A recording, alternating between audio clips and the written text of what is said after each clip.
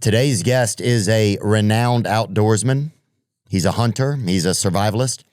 He has his own show, MeatEater, on Netflix, as well as his podcast. I had a great time learning about some of the beautiful and brutal aspects of our world. Today's guest is Mr. Steve Rinella.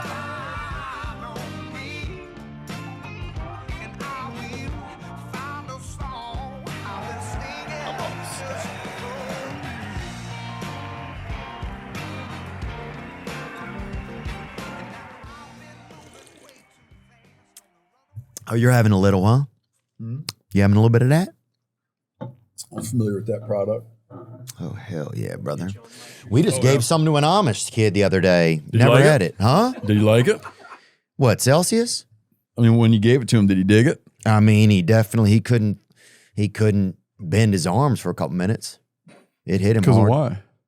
I mean, brother. Just unfamiliar.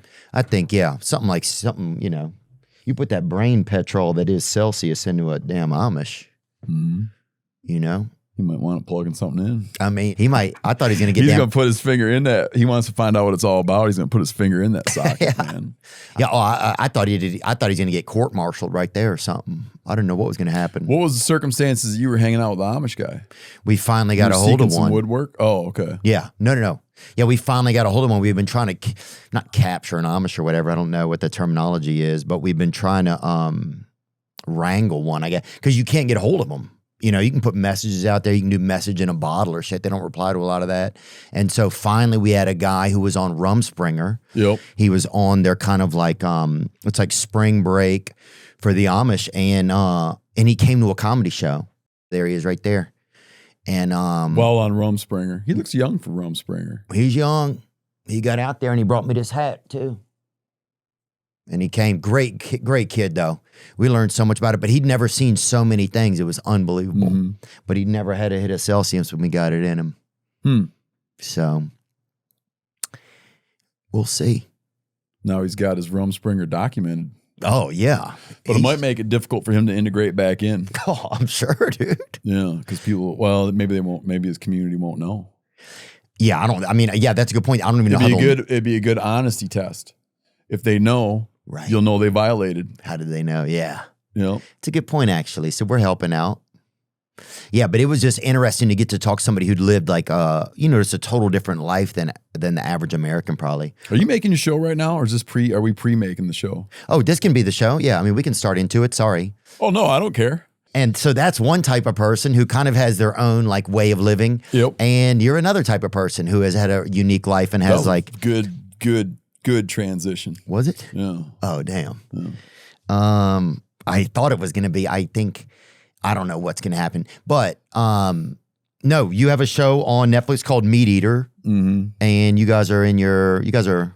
We made a lot. I got a 13th season of the show coming out. We made many episodes over the years. Yeah. And they appear in a lot of different places. Mm-hmm. Yep. We've seen some of them on YouTube.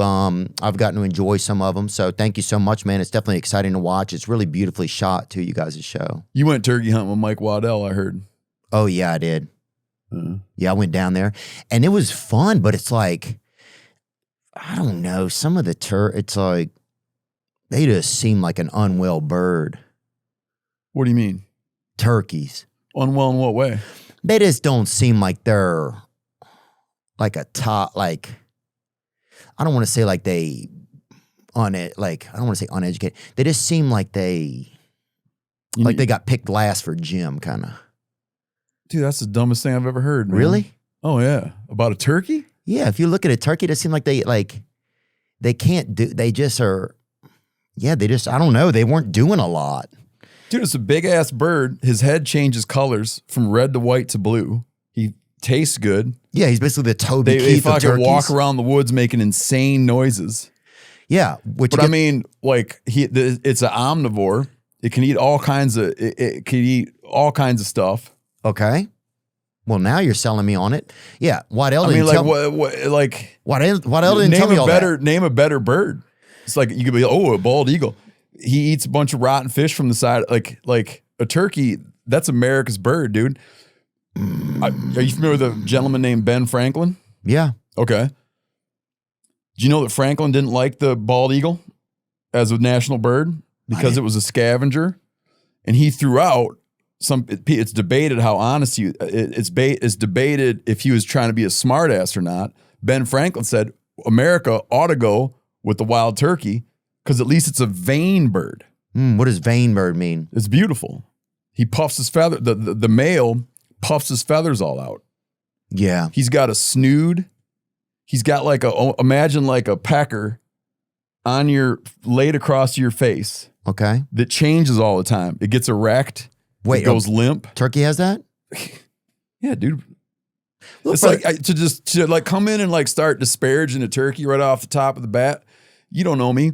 I'm just saying. It's disrespectful. That is the best. That's the best bird in our country. Okay. Well, look, no one's ever, first of all, lobbied for this animal in front of me. Well, Franklin. Well, not in front of you. Yeah. Right. I didn't know. Yeah. I didn't know him personally. You know, yeah. And you don't know how old I am. Maybe I was there. Yeah, I'm with you. But no, Waddell did not. Waddell was just like, we're killing these MFers, and he used some slurs. I'll say that straight up. He used a couple slurs, and I was like, I don't think those are for birds or animalia even. But he was like, I think I just had a unique angle into it. Tell me more about that nose wiener that they got, or that nose. It's called a snood. Okay, bring it up. You get into turkey anatomy, man. They got a lot going on for them. They got a snood. There's not many birds that have like basically so they have a cloaca. Okay. Like birds have a cloaca, like called like a uni hole. Mm-hmm. All their actions, defecating, taking a leak. Well, when they defecate and take a leak, it's kind of a single deal. Okay, I'll do that. They have sex through the uni hole. When they shit, you can tell a male from a female by the shape of its shit. Wow. A male throws a J-shaped hooked shit. Mm-hmm. So there's not many birds you can sex his shit. Yeah. He's got a snood. They got spurs, sometimes 1.25 inches long for fighting. Oh, yeah. You ever been to a cockfight? Mm-hmm. Okay. They got spurs. Look at that. Some of those spurs are so big you can hang the turkey by the spur on a branch. That's called a limb hanger. That means he's huge. Some they got like pull up the beard. Pull up the beard. Pull up the beard. They got a beard, which is actually a feather. But look at that. Hold on, let me see it. When he's big, when that gets so big that it drags on the ground, you know what you call him? Rope dragger. Oh, yeah. So you got limb hangers, rope draggers. Yeah, it's just you kind of. Okay. Yeah, I could walk out of this room right now. Okay. And it'd be like, you know what I mean? Yeah. But I'm not going to do that. Well, first of all. Yeah, because you talk bad about the America's bird. I appreciate that. And look, I'm glad that I'm not going to get up and storm out, dude. You might. Yeah. But look, you won't storm out without teaching me something, I'll say that. And I didn't know any of that. Turkeys are great. Yeah.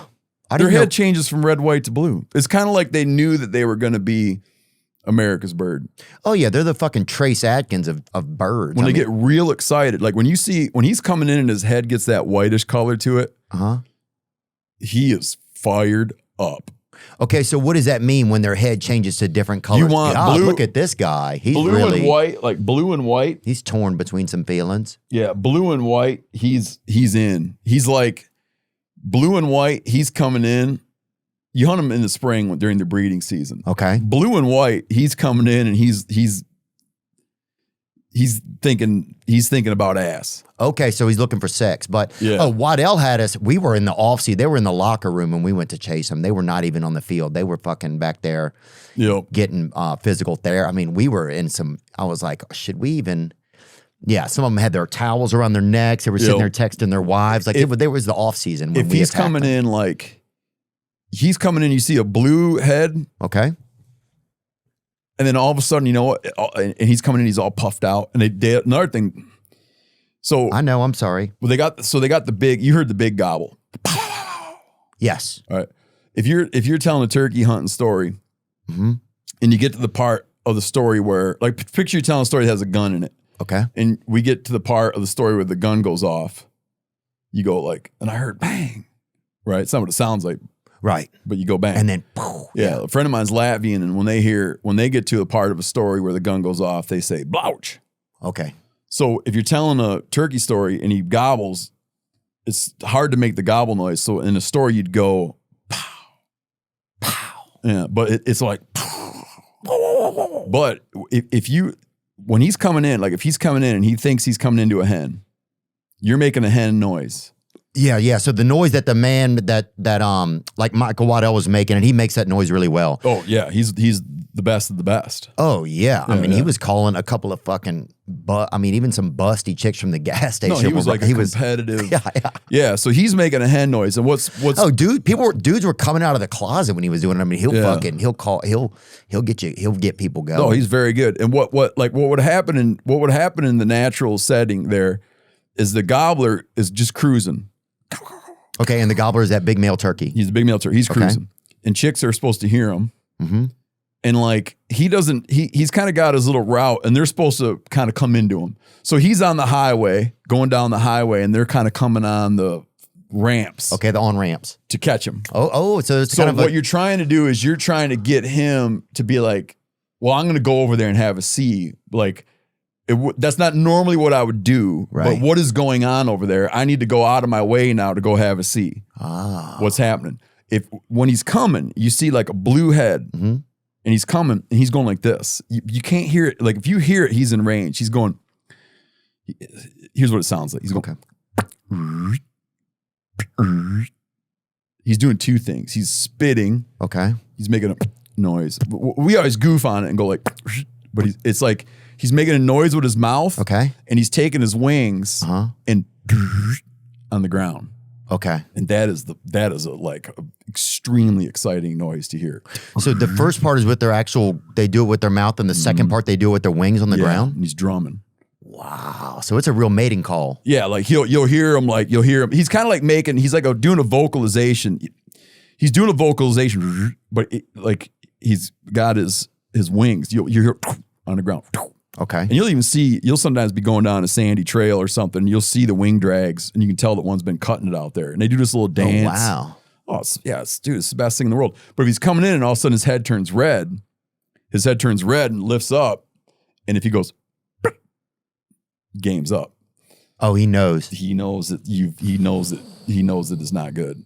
Like when you hear that noise, he's on his way out. Okay. But what's the problem? Wait, when you hear what noise is on the way out? When he putts. Oh, when he putts. His head goes boom, red, lifts up and putts. He's gone.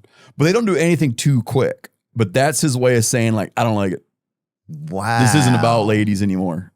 Oh, it's about dudes being secretive, pretending they're women. No, they're like an absolutely fascinating bird. You know, I took wow. Yeah, I didn't years know, ago. man. Like you've been out, you know Rogan. Mm-hmm.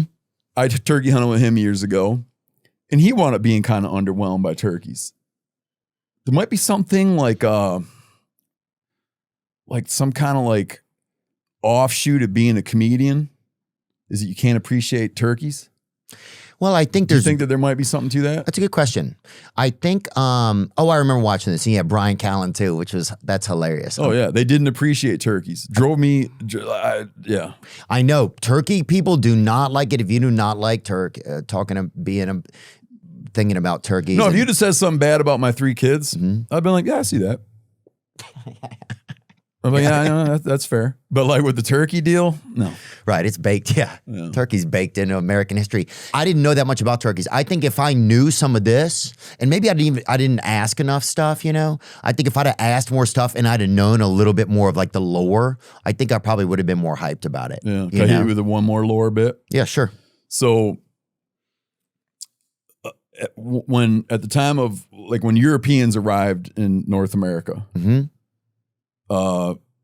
there were turkeys. They think there may be turkeys in like 34 states. And then they were extirpated from many of those states because they were good to eat. Everybody wanted to eat them. People to hunt them at night, shoot them out of the trees at night. Oh. It was a popular food item. Yeah. And they nearly wiped them out. And it got to where there's only turkeys hiding out in like the deepest patches of swamps, up in the highest mountain woods, hiding out here and there. And it got bad, right? There was only a couple states where you're allowed to hunt them anymore. And then they started putting them back out there. You can hunt turkeys now in 49 states. Wow. You can hunt turkeys now in more states than had turkeys. A cost to that of the bird is that people now take the bird for granted. Like from a PR standpoint, I was talking about eagles earlier. From a PR standpoint, eagles are kind of everywhere now. There's still people who'll see an eagle and they'll be like, oh my God, an eagle. But like, dude, you know, we have a little shack in Alaska and you might see 13 eagles in one tree. Yeah. So from a PR standpoint, they have a little bit of, they like, you risk overexposure as a bird. Turkeys are so everywhere now that now we have like town turkeys. But they're just wandering around like stray animals. And so almost? the mystique, it costs them some of their mystique. Ah. And then people will get a sense from town turkeys, which aren't hunted. They'll get a sense of that a turkey is whatever, that he's not cautious, that he's not careful, right? Right. That'll just use any crosswalk or whatever. Yeah. So a lot of times when people disparage the turkey, they're referring to some town turkey, but they don't know what a turkey who's out there busting ass in the woods. Yeah. With people trying to kill him, and coyotes trying to kill him, and bobcats trying to kill him, and red fox trying to kill him, and possums eating their eggs, and skunks eating their eggs, and raccoons eating their eggs, great horned owls blasting them out of trees. And they survive through all that. So when I think of a turkey, I'm thinking of a persecuted turkey. Some people are thinking of a town turkey. Yeah. It's just different. Yeah, I think I was probably thinking of like, I mean, there's a turkey right there. It's almost Town turkey. Yeah, catching a bus to work or whatever. I mean, that's fucking unbelievable that that's what's going on. Yeah. But no, I didn't know. I mean, I think that gives me like definitely a different appreciation for them. I didn't know they had so much baked in. Like there's such a thermometer of like sexual activity and so many like little ratings are relevant right on them and the way that they operate and the sounds that they make. They're a dynamic bird. And that I'll agree to 100%, man. So here's another thing about them. Can I hit you with one more? Yeah. Most of the domestic animals that we utilize, okay, when you go into a store and you see what's for sale down there for domestic meats, you know, whether you buy weird shit like you buy lamb, goat, pork, beef, okay, that all winds up being like Eurasian. Species of Eurasian origin that became domesticated. And when you say Eurasian, what are you talking about? You're Europe talking about and Asia. animals that are indigenous, animals that are endemic to Europe and Asia became like the domestics that we know today. Wow. So when you see like a horse, that's a Eurasian creature. Cattle came from a thing called the oryx. Okay. Goats came from other continents. Sheep, other continents. The turkey is uniquely North American. Really? Okay, so when the Spanish came, they took turkeys. They drew turkeys from Mesoamerica, brought them back to Europe and turned them into like the white looking butterball turkeys through selective breeding, and then brought those turkeys back to the New World. But it's like the New World's contribution. It's North America's contribution to the domesticated species that we know and love today. Got it. So if you go into a meat market and you're like, they got all the normal shit laid out, turkey is one that you're like, that's origin is here. It's a New World creature because the New World didn't produce domestics. Like they didn't. We haven't like effectively domesticated New World animals, but the turkey's an exception. Wow, so that really is kind of our national animal, huh? Oh yeah, dude. You think it's our most national animal, not just bird? I can't answer that. I haven't thought about that before. Yeah. Damn, dude. Yeah. No, thanks, bro. Yeah, I think it's interesting, like, to learn about that kind of stuff. When I was growing up and stuff, I didn't have like a lot of influence, like in that kind of world, you know? Like the wildlife world. Yeah, I think hunting or something. I mean, the first thing, I saw a buddy of mine get shot by a couple brothers at Mardi Gras once. That was like my intro to hunting, you know? And I was like, oh, shit. Did he live or die? Huh? He lived. Yeah. Where did he get hit? He got hit in the back, kind of right here. Just a stray bullet. Yeah, it looked like like aimed at him, or he just caught a bullet? Aimed at him. Oh, I got it. Yeah. Or like semi-aimed, I guess. Yeah. I mean, the guy looked like he didn't know what he was doing that much, but he was shooting. Yeah. That's, I said I wanted to ask you a question. I wanted to ask, like, so how many years did you spend growing up in Louisiana?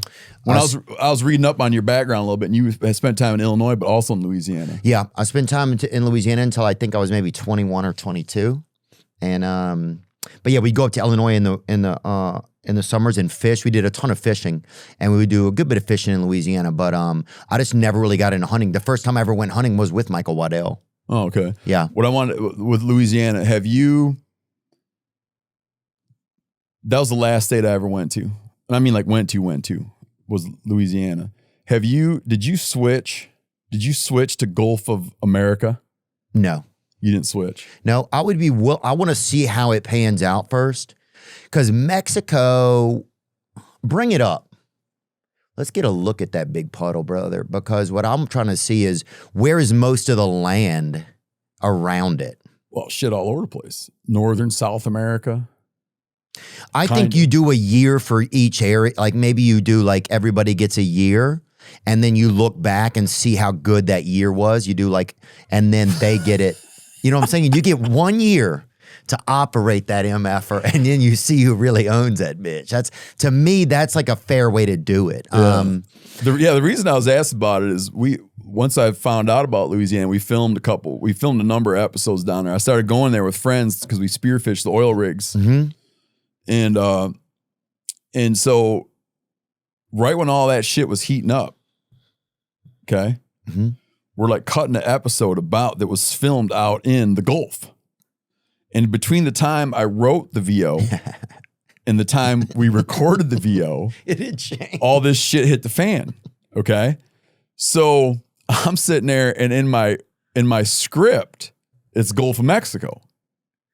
But then it switches. Yeah. So we're in the studio, and I'm talking to my colleagues, and we're trying to decide what way we roll on it. We tried doing like a joke. Mm-hmm. We tried doing like the Gulf of, but then we thought that's like a dated joke. And in the end, after careful contemplation, I was like, I can't switch. Yeah. Like I'm old, I'm half a century old. Yeah. It's just, it's maybe I'll leave it to the youngers, but for me, I can't do it. I can't switch.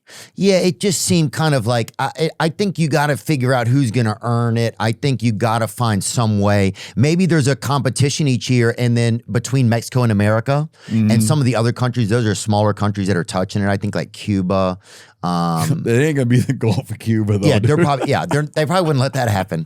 But I think you have a competition each year, and whoever wins it, they get to name it. Maybe it's a soccer game or something, and whoever wins it, they get it for that year. Fishing contest. Yeah, that's kind of fucking dope, actually. Like a soccer tournament isn't really applicable. Well, I think it's applicable, Steven. And what I'm going to tell you is this, brother. That's as far as I got with that. But I think it's I think the soccer would be fun because a lot of people love soccer. That's what I'm thinking, Mm-hmm. But yeah, maybe it's a fishing rodeo But or I something. think then aren't they automatically going to kick our ass? I don't know. I was trying to think of something we'd win better.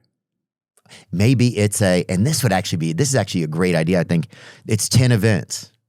It's Mexico and it's like America. Olympics. Yes. Like of all the shit, man. Yeah. Swimming in there, hunting on the edge of it. I wonder if we could get spearfishing and just fucking somebody singing near the edge and seeing if a fish will swim up. That's fishing. I was going to tell you about these. I told your producer this. Guys I work with were buying these Celsiuses, Mm-hmm. and I didn't know that. I didn't really read what was on there. So I was drinking them all the damn time. I was drinking them like seltzers, and I was having a hard time sleeping. And someone pointed out, they're like, well, shit, you've been drinking those stupid things all day. And I was like, I thought I was drinking LaCroix or something. But it is good. I know that.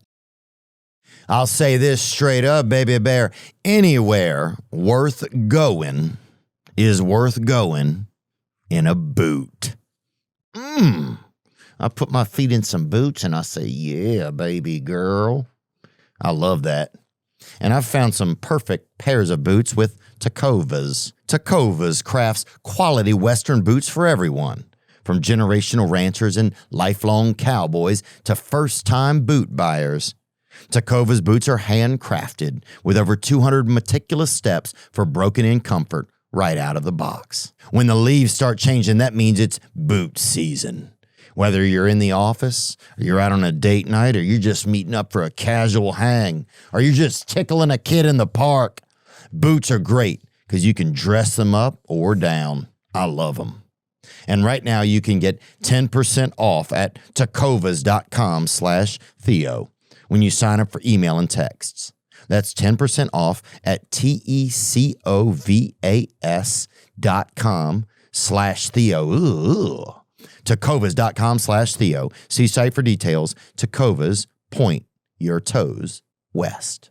In business, they say you can have better, cheaper, or faster, but you can only pick two. What if you could have all three at the same time? That's exactly what Cohere, Thomson Reuters, and Specialized Bikes have. since they upgraded to the next generation of the cloud, Oracle Cloud Infrastructure. OCI is the blazing fast platform for your infrastructure, database, application development, and AI needs, where you can run any workload in a high availability, consistently high performance environment and spend less than you would with other clouds. How is it faster? OCI's block storage gives you more operations per second. Cheaper? OCI costs up to 50% less for compute, 70% less for storage, and 80% less for networking. Better? In test after test, OCI customers report lower latency and higher bandwidth versus other clouds. This is the cloud built for AI and all your biggest workloads. Right now, with zero commitment, try OCI for free. Head to oracle.com/Theo. That's oracle.com/Theo. Dude, let's listen to real quick to Michael Waddell play that. Let's Yeah, he's good. Let's listen to him hit He's him. gonna make some turkey noises. I Yeah. think that's a good idea. I like him, man. He's a fun guy. Oh, he's so great, dude. I get to spend we go to a summer camp together every year with him and his family, and it's fucking hilarious.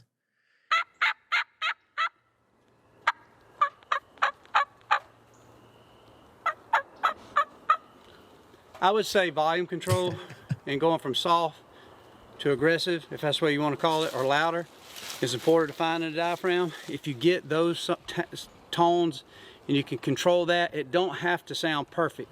My opinion on turkey calling, rhythm is more important than specifically the sound of it. That's what I've been saying.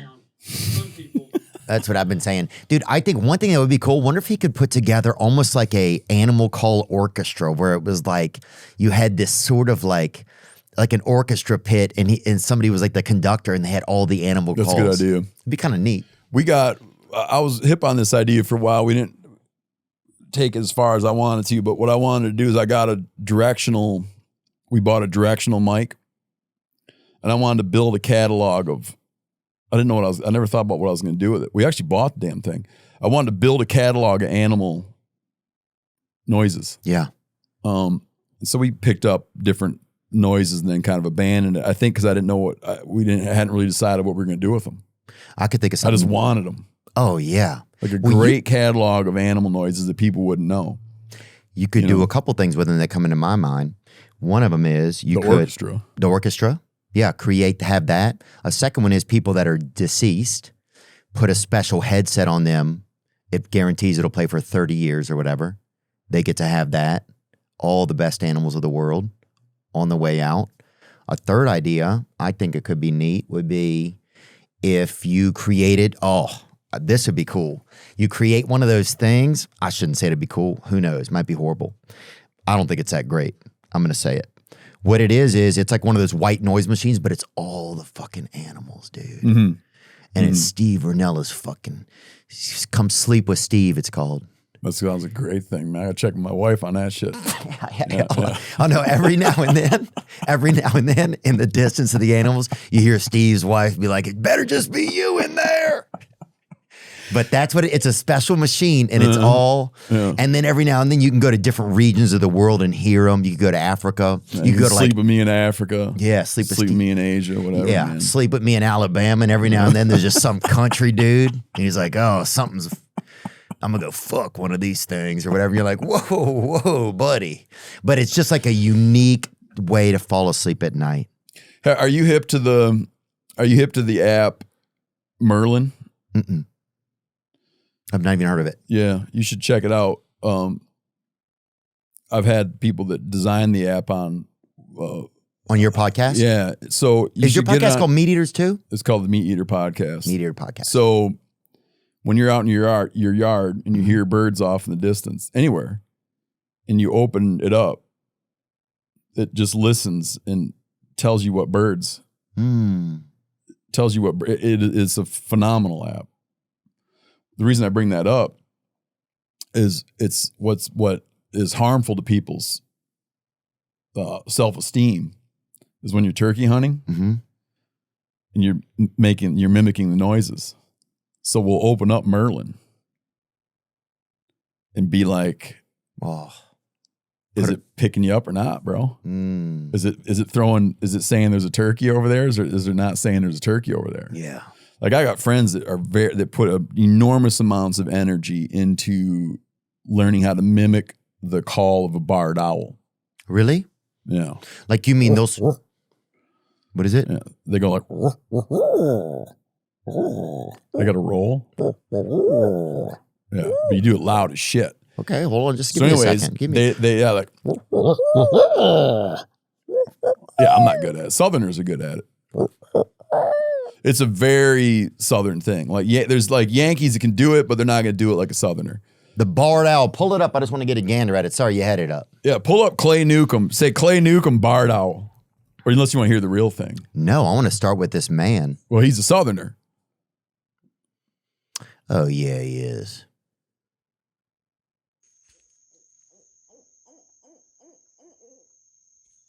Oh, this is me and Clay.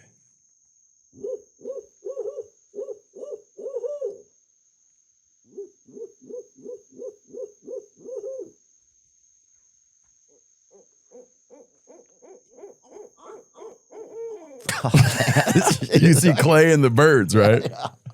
Anyhow, definitely, dude. You got to stay in school, brother. What is fun is to open up Merlin and see who's got it, and then get off a ways. Yeah. And so one of my buddies, who is a Yankee, he's a Northerner, buddy Seth, like he's a real good owl caller. Yeah. And it started when he realized that Merlin wasn't picking him up, wasn't putting him down as a barred owl. He like had like an emotional crisis and started redoing his shit and working on his shit until he had to change his stuff until he could figure out why Merlin wasn't grabbing him. Look, all I'm telling you is that motherfucker ain't registering on Merlin. That's all. Look, I'm going to shoot you straight. That's crazy. It's also crazy to be, now this I really understand, wanting to be this animal. And my being an owl. Yeah. Wanting to really get into their head. And I've had a little bit of owl actually. My sister's husband cooked 2 owls during Thanksgiving. Well, he might want to keep that more secret. Yeah, I don't know if he did it. I haven't seen him in a long time. That's what I'll tell you. But it's not a lot of meat, I'll tell you that. It's kind of like you see those women in Little House on the Prairie, a lot of skirts, not a lot of meat under there, you know? That's good. That's a good way to put it. You think it's going to be Philadelphia under there, but it's a little more Arizona when you get under there. See, I'd tell you a good story my father told me, but he's dead, so they're not going to do anything bad. I will tell it. I don't know why my father did this. Okay. I don't know why my father did this, but it talks about that, like a lot of skirt, not much. Not much meat, yeah. So obviously my father was from another time. My dad was born in he had me when he was old. He was born in the Great Depression. Oh, wow. Like 1910? No, not that late. He was a World War II veteran. Oh, wow. Anyhow. Thank you, Mr. Rinella, for your service. He tells a story about sitting deer hunting with his bow and somehow, there he is on the right there. He tells a story about sitting deer hunting with his bow and deciding to shoot an owl with his bow. And he says feels like he hits the owl. I can't account for why he would decide to do this. It's not something I would do. I don't condone it. Shoots the owl and like hits it dead center. But he said the owl doesn't even change tune. Wow. Because he realizes it's all feathers. Yeah. It's all brassiere, baby. No tit. That was his only owl hunting story. God. Yeah. And the owl escaped unharmed. Yeah. Look at these motherfuckers, bro. What are we doing? What are we doing, dude? Oh, there you go. Yeah. If you don't think all of the world is a psyop, look at this MFer, homie. Look at this thing right here. You want to know a current controversy about the barred owl? Mm-hmm. I'd love to. The noise that Clay was just making there and the owls are making? Okay, do you remember back to the kind of culture war issue around spotted owls? Like logging in the Pacific Northwest and the spotted owl? Well, I think they were tearing down their habitats, right? Exactly. And the spotted owl this happens to animals now and then, where a spotted owl stopped being an owl and kind of became like a cultural emblem. Oh, yeah, like when they put them on Frontier Airlines, like on their wing. Yeah, sure. It'd be like wolves occupy this now. Like there's wolves as flesh and blood creatures, and then there's sort of the symbolism of the wolf. Right. So the spotted owl became a symbolism of land use, like land use controversy. Okay. Meaning that you got loggers in the Pacific Northwest trying to harvest timber products, but there's this owl this endangered species, this owl that they're trying to protect. So the owl becomes this kind of like proxy symbol for whether we should cut trees or not. I remember even in Dumb and Dumber, they went to the banquet where they were raising money for the spotted owl. Yeah, exactly. Yeah. Okay, so it became like a cultural thing. Barred owls are one of those species like Canada geese, white-tailed deer, crows that do really well, that they benefit off people, right? Like the more people there are in more places, the more beneficial it is to that owl. That owl does well in disturbed ecosystems. They like people. They'll hang out above your house. They'll hunt in your yard. Like we don't bother them. Mm-hmm. Other things hate people. But this thing that's gradually happening is barred owls, which were historically more in the eastern U.S., are colonizing the spotted owl's range and displacing spotted owls. So there's this big push, and there was even federal money. I don't know where it stands right now. I think the current administration was rolling it back. There was a push where they were going to go kill, right there. They were going to cull 470,000 barred owls in the Pacific Northwest. To keep them from migrating? To try to save the spotted owl. The spotted owl. Fuck. And I think they might have pulled that money. I'm not sure. Oh. But just a little like wildlife politics. Like there's always wildlife politics brewing, Yeah. And so there's this kind of thing like, does it make sense, that you ask the question. And it's not like people are moving them in trucks. They're moving on their own. So if this bird is getting there on his own. It's nature. Yeah, he's getting there on his own, under his own wing, spreading across. Can you really call it that's like colonization bad? Or is it just that it's natural? Like throughout your 45 years of life, raccoons have gone north and west. Throughout your 45 years of life, opossums have gone north and west. Barred owls have gone west, all on their own. It's human in that they're sort of like our crop fields, our clearings, our developments don't bother them, they're beneficial to them. Right. So we don't have an effect really on it. Yeah. So like it's happening, and they're talking about, dusting off that many owls. And I don't know. I mean, that's interesting. Yeah, it's like how much do you want to mess up with what Mother Nature is doing, It says right here, yes, funding for the barred owl removal initiative was recently pulled. In July 2025, the Trump administration terminated 3 critical federal grants totaling about $1.1 million, which were essential for launching the U.S. Fish and Wildlife Service's plan to cull barred owls across California, Oregon, and Washington. Who was going to do that? Were they just going to send some? How would they go about that, do you think? I applied for one of those gigs one time. They were doing... I just thought it was kind of interesting. There's another animal that is in more places than it was historically, the mountain goat. Mm-hmm. And there was this project one time they were trying to get mountain goats out of Olympic, was it out of, no, not out of Olympic National Park. I can't remember. Pull up a mountain goat. It's a great animal. Now, you do not see a lot of these around here. No. But they were looking for teams of people to go do this mountain goat cull. Yeah, of course they were. And so we made like Get a team. professional wrestlers, dude. We made a team to do the mountain goat cull, and our team was not selected because a part of the thing was they wanted you to keep your mouth shut. And I think that they looked and they're like, this guy's not going to keep his mouth shut about that shit. He's like a fucking writer. So they're like, I think they saw through me. And I had a crack commando team put together.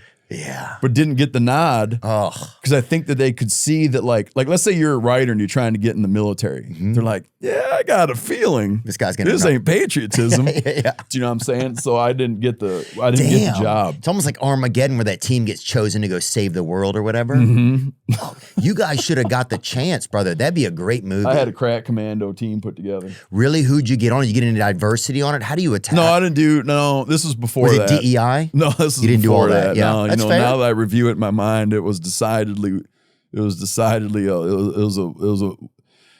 a group of guys that you could mistake for me. No, okay. That was my mountain goat team. Yeah. They're going to do the same. Like they're fixing to do the same thing in Grand Teton. In the Grand Teton National Park? Yeah, because mountain goats are largely in the coastal ranges historically. God, they're beautiful, aren't they? Oh yeah, so you got like Idaho, Colorado, Utah. They all have non-native mountain goat populations. Oh yeah, South Dakota has a non-native mountain goat population. And when you say non-native, that means that they just ended up there. They weren't naturally from there. They were drove in. Ah, they were drove in. They were brought in. You wouldn't believe, like, if you're interested in animals, man, you wouldn't believe how much humans have reshuffled the deck of how animals exist, of where they're like of distribution of animals in the world, or mostly in America. World too. Yeah, we have like our country hosts African species in certain. I mean, totally wild feral animals. We have African species running around in our country. We have Asiatic species running around in our country.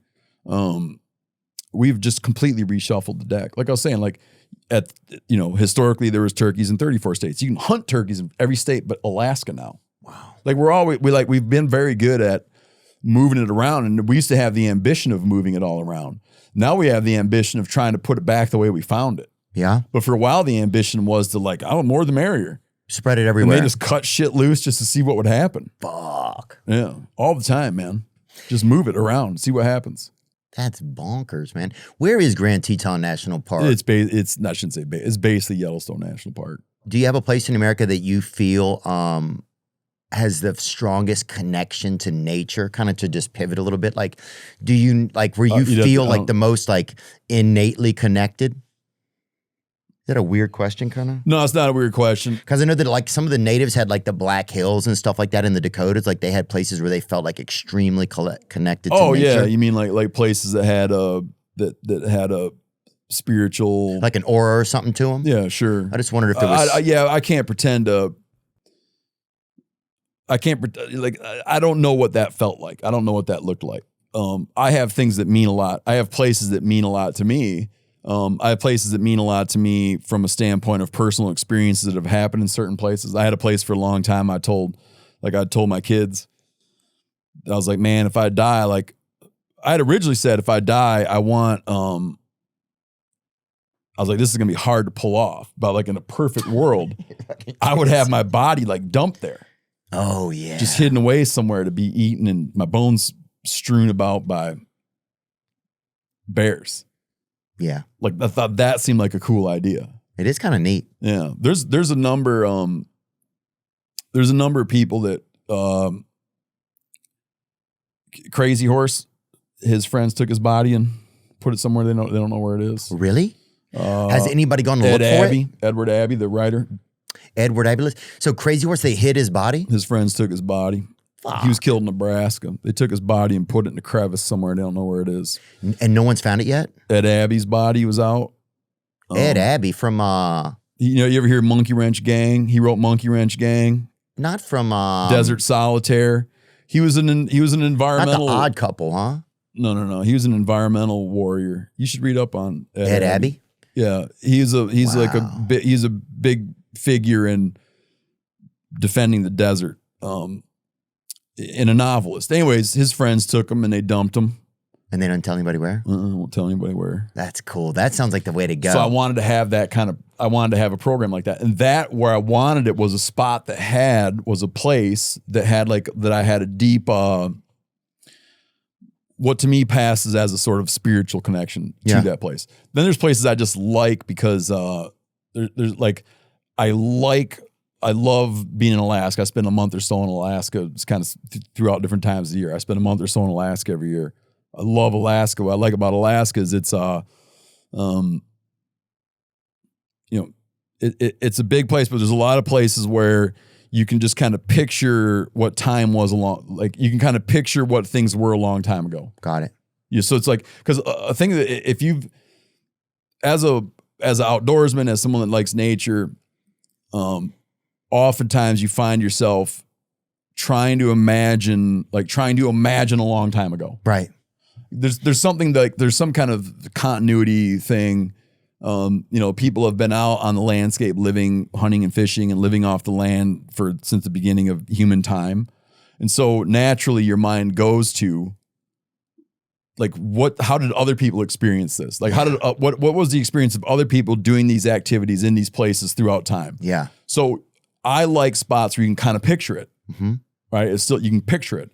And there's a lot of places in Alaska, you can go there and be like, you can feel it. Oh yeah. Do you know what I mean? You can feel it. Yeah. Like it feels so untouched by so many, like just a lot of other bullshit energy and stuff. Yeah. And it winds up being like, you can imagine, like you could go, there's places you go and you can imagine like, man, some dude standing here some dude, whatever. Some dude standing here 7,000 years ago beheld, like however he perceived it, whatever his ideas of God were, you know, whatever his allegiances were, this is kind of what it looked like. Right. You know, it's what it looked like.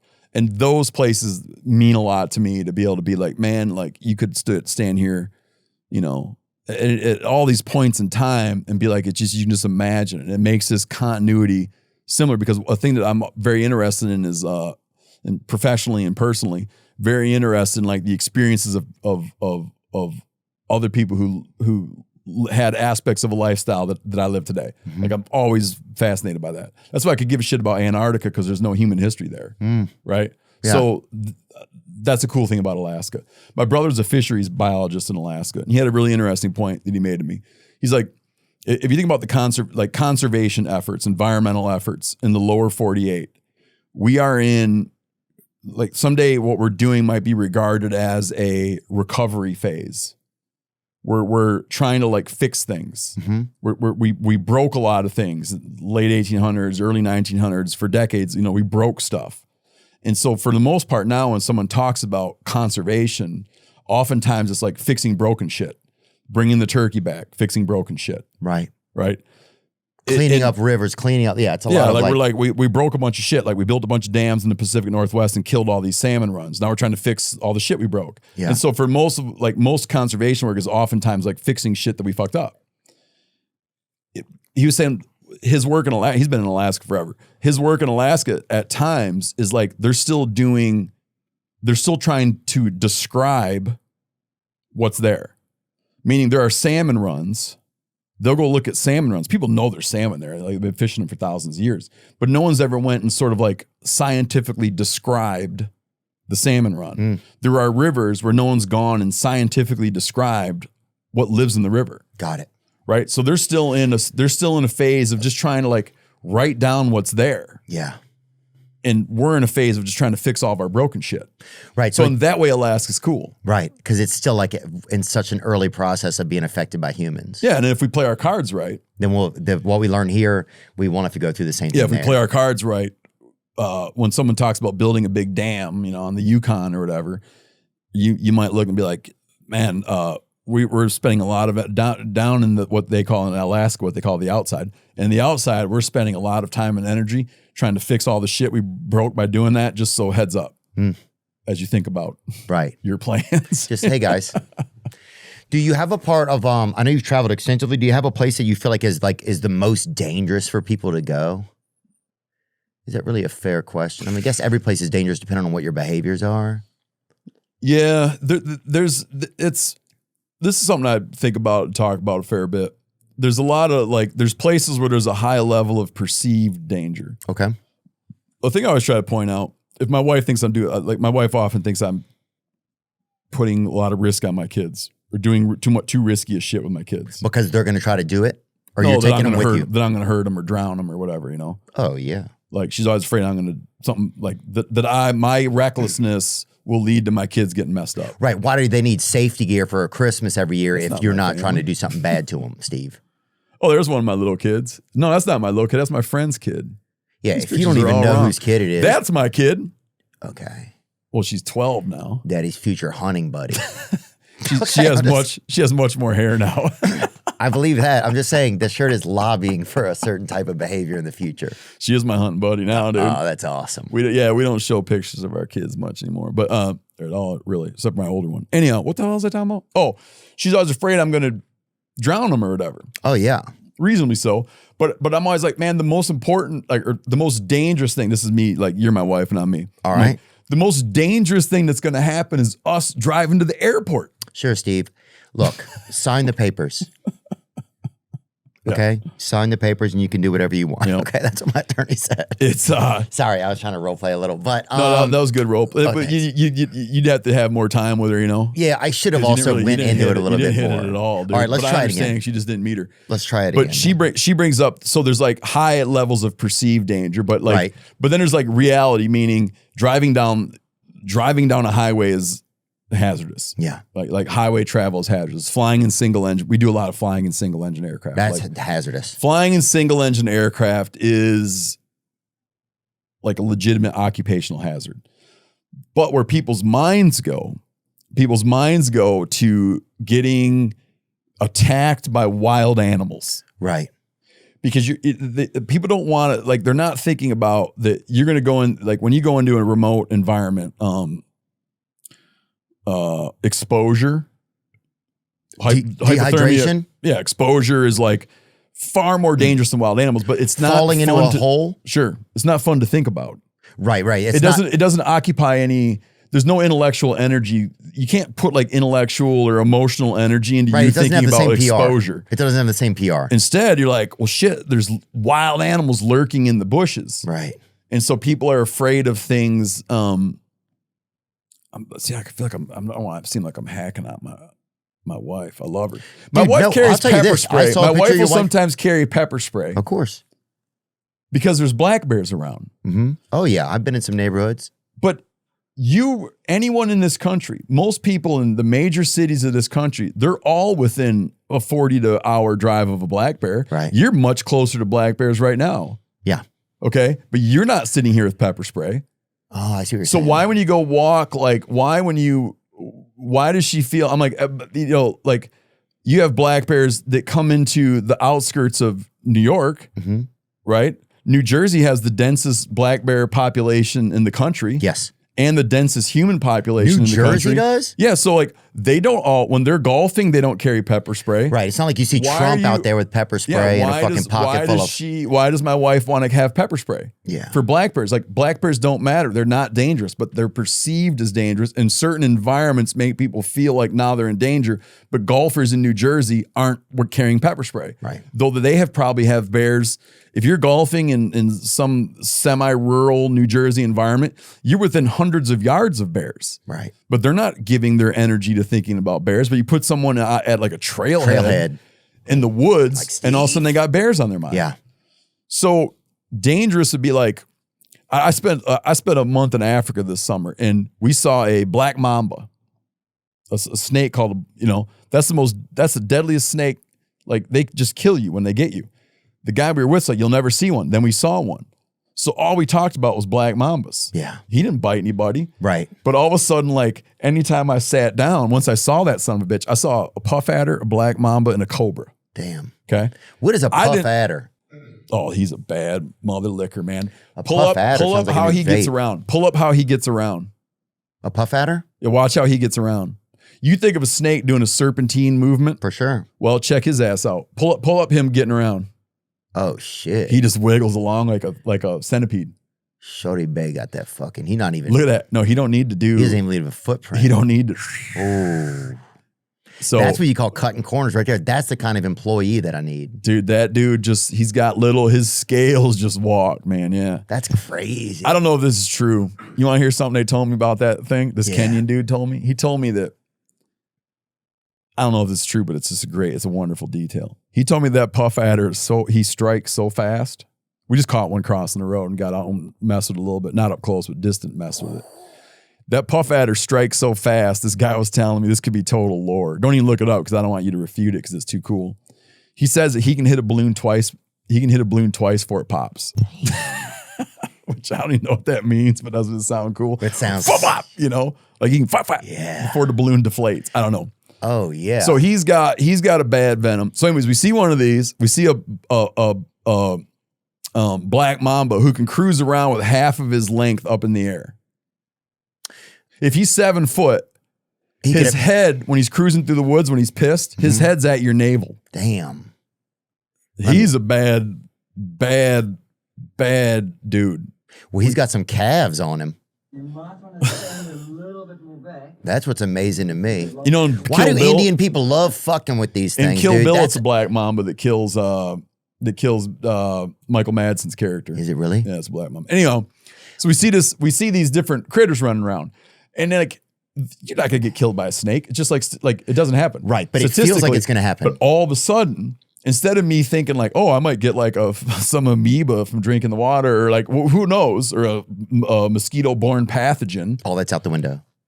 Instead, everywhere I look, all of us, me and my other guys I was with, we didn't take a step, dude, without being like, because all of a sudden in our head was the perceived danger. Meanwhile, you're with all these people that are born and raised there. None of them's dead. Right. You know what I'm Yeah, they're saying? doing fine. Some of them have some emotional issues or whatever, but overall they're well. They're yeah. not all dead from snakes. yeah. It's just that's where, as humans, Oh, well, like that's where the head your head goes to like whatever's had the best advertising and probably whatever's most recently been seen. Those sorts of things can really so when you create. say like the most dangerous place, like to an outsider, the Tanzanian bush felt dangerous for a reason that's probably not true. Right. It felt dangerous because one day we saw a black mamba, and then you Or know the Tasmanian devil too. well, he doesn't live there, but sure. Yeah. Yeah, that's true. Tasmanian tiger, Right, yeah, I'm thinking Tasmanian of- devils. Yep. I'm thinking of Tanzania, I think, or something. I don't know what I'm Oh thinking. no, you're right. Yeah, but no, Tanzania and the Tasmanian. That's the island of Tasmania. Yeah. You know, Tanzania comes from Zanzibar combining with Tanganyika. Oh, yeah. When those two countries came together, they were called Tanzania. So Tanganyika doesn't exist anymore. It's now Tanzania. Tanganyika doesn't. Zanzibar Zanzibar does. does, but the Zanzibar archipelago was rolled into Tanganyika to become Tanzania. I'm a subject matter expert. I spent a month there. Did you really? A lot of women will go to Zanzibar to meet men, kind of African men, a lot of women in their 40s and 50s. Is that true? Yeah. That's what I know about the migration or whatever it's called. But or it's for, I don't want to say it's for sex, but I think people say it is. I don't think that you're going there for that. It's pretty buttoned up there. Is it? It's pretty buttoned up. No, I don't think it's like illegal. I think it's they go there and it's sort of a popular space for courting of those African men and women who are kind of divorcees. Really? Yeah. Yeah, because my buddy went there and he was like, dude, it's not for me. It wasn't for him. See, my subject matter expertise is crumbling, but I'll point out I was only there 1 week. Yeah. So I only absorbed so much. And you don't fit either one of the parties that are mating there. So I think I brought my own mate with me, man. Oh, there you go then. Look, we know that a lot of fellas enter the room wiener first, baby. Wiener first, baby. That shark fin, baby. That's how I am, baby. And Blue Chew is now available to put the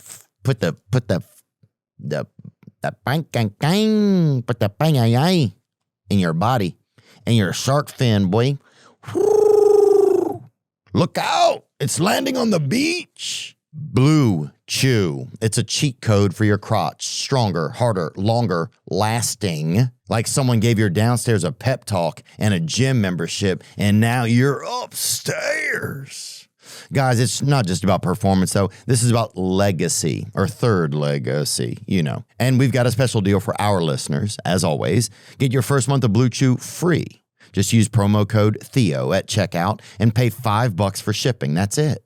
Join Blue Chew's mission to upgrade humanity one thrust at a time.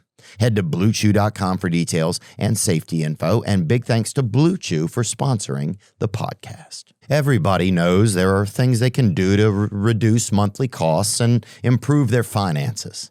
We all know it. It's just finding the time to do it. I mean, who has time to go through all their expenses and decide what to trim? Luckily, Rocket Money can relieve some of that stress and help you feel confident in the financial decisions you're making. Rocket Money. It's a personal finance app that helps you find and cancel your unwanted subscriptions, monitors your spending, and helps lower your bills so you can grow your savings. Yep. Rocket Money's 5 million members have saved a total of $500 million in canceled subscriptions, with members saving up to $740 a year when they use all of the app's premium features. Cancel your unwanted subscriptions and reach your financial goals faster with Rocket Money. Go to rocketmoney.com/Theo today. That's rocketmoney.com/THEO. rocketmoney.com/Theo. I'll say this, dude. I remember the first time that I saw a snake. It makes me think of what like my perception and everything was. Like, we're walking. I was with my grandparents. We're walking, and suddenly I just kind of felt something on my, like I had some just boots were just fishing, and something wrapped around my leg like that, and it was a snake. Really? Yeah. And I was like, oh my God, I couldn't move. I was so scared. I'd never seen a snake outside. You'd heard about snakes. And I mean, it had just fucking wrapped around, just like it was like my leg was a stripper pole, and this thing had just came to just fucking grind on you. Just straight out of hell to grind on me, And my grandmother looked at it, and she's like, I remember she's like, did you summon that? She asked me. Because my grandmother was out of her fucking mind. And that's when I knew that it was just going to be a long life right there. I was like, you think, and I looked in her eyes, and she thinks I fucking, a child that she barely ever even welcomes into town. She finally takes me to catch some bullheads in the fucking Spoon River out here. And you summoned a serpent. She thinks I'm the fucking Jimmy Baker of fucking, of fanged Do you remember lizards. what kind of snake it was? I want to say it was a water moccasin, but that may have just been the lore of me growing up in Louisiana. Because I don't know if they have those in Illinois or not. No, I don't believe they do. But I worked on a farm in Louisiana, and at lunch break, we would always just walk around. If they had a boat that was turned over, we'd flip it over, and there'd be a water moccasin under it every single time, dude. Yeah, that's a cool snake. There is a they were scary though. There's like there's an idea, and I kind of buy it, that from like a evolutionary standpoint, or we carry this sort of like this.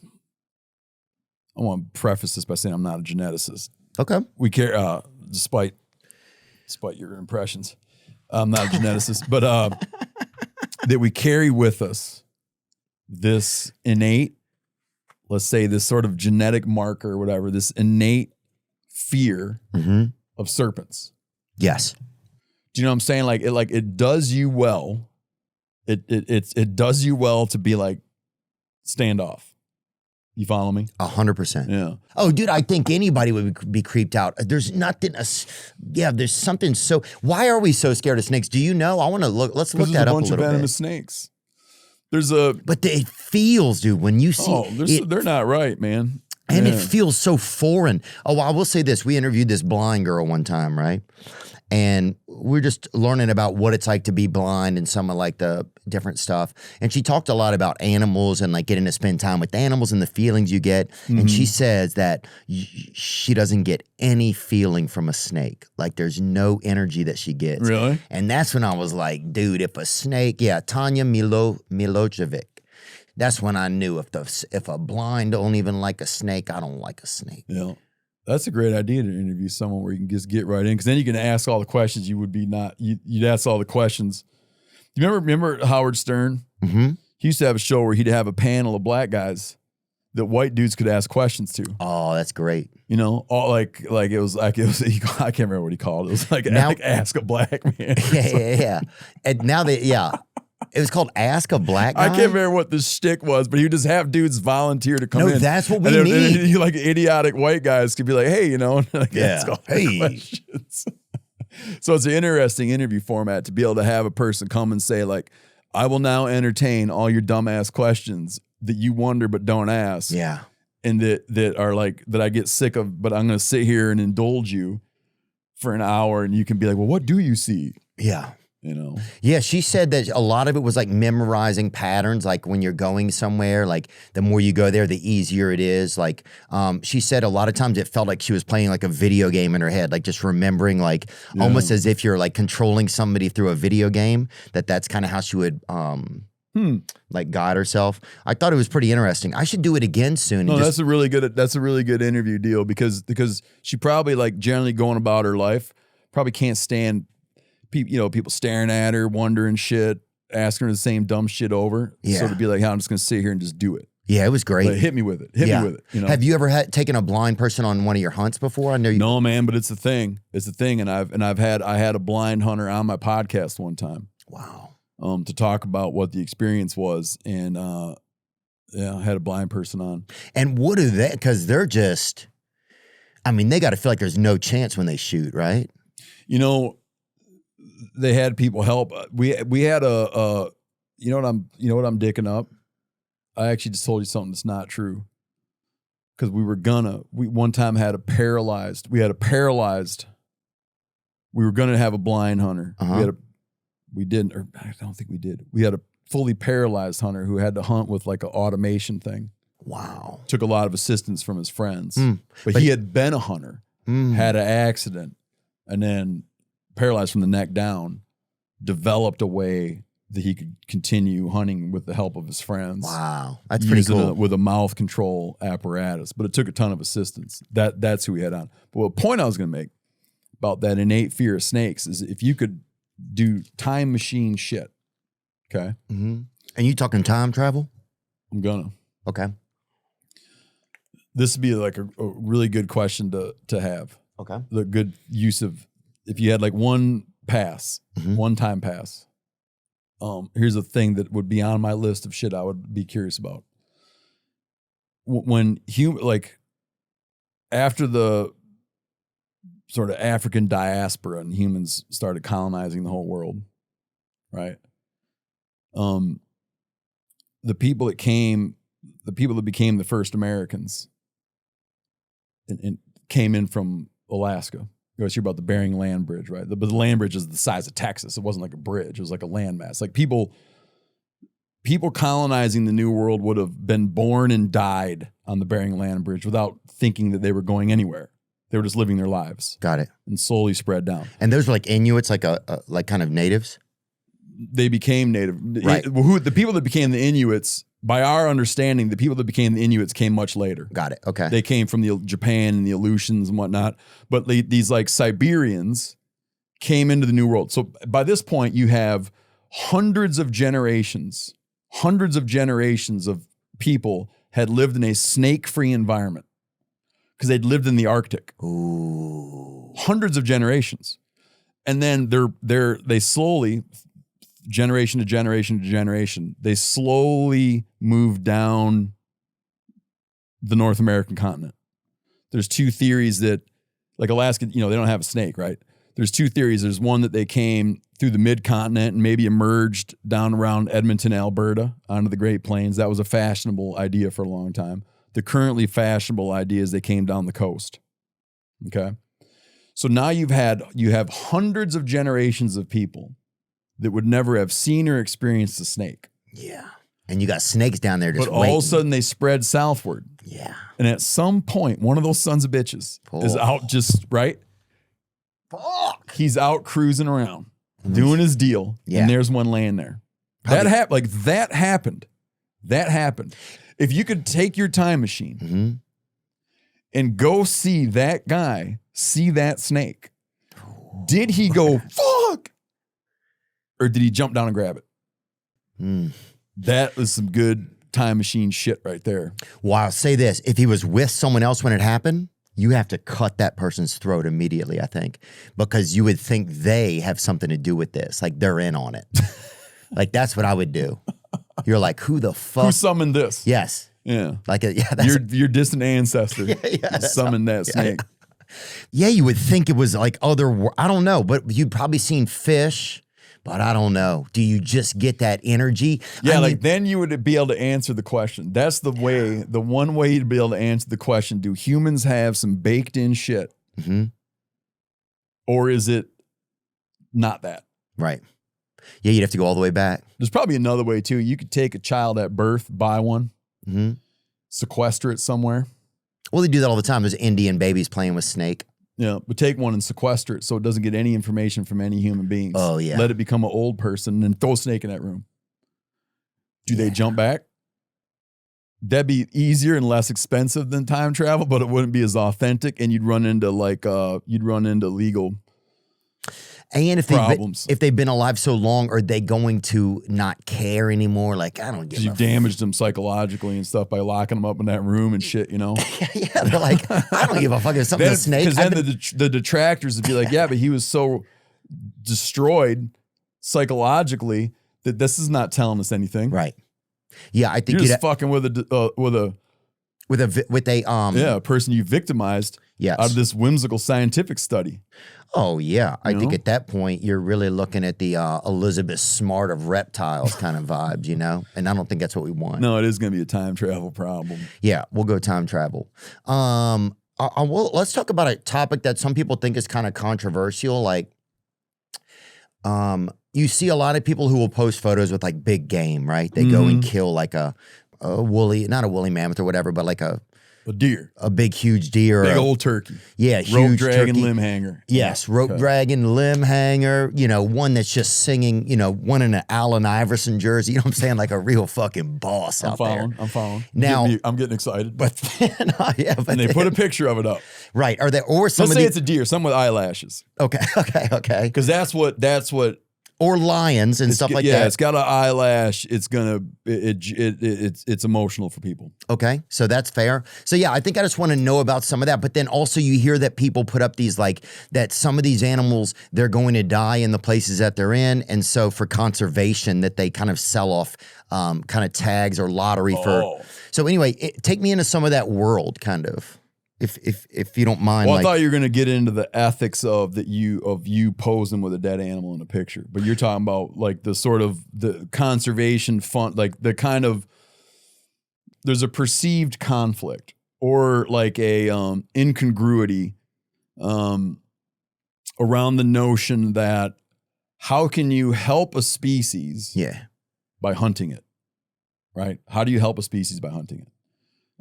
Wouldn't that be like that would appear to people to be quite illogical, right? How does killing it help it? Right. Is that? Yeah, I think that's fair. That really kind of boils it down. Yeah. Yeah.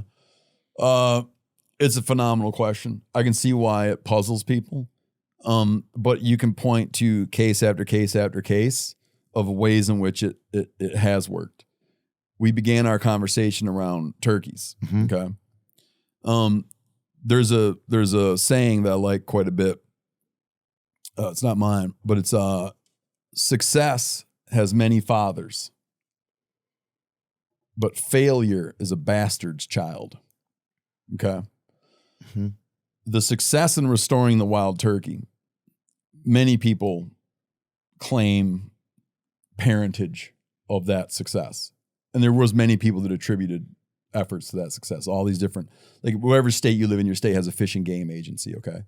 I'll point out that your state's fish and game agency gets the bulk of its funding from people buying hunting and fishing licenses. That's how we fund the agencies that take care of wildlife in the states.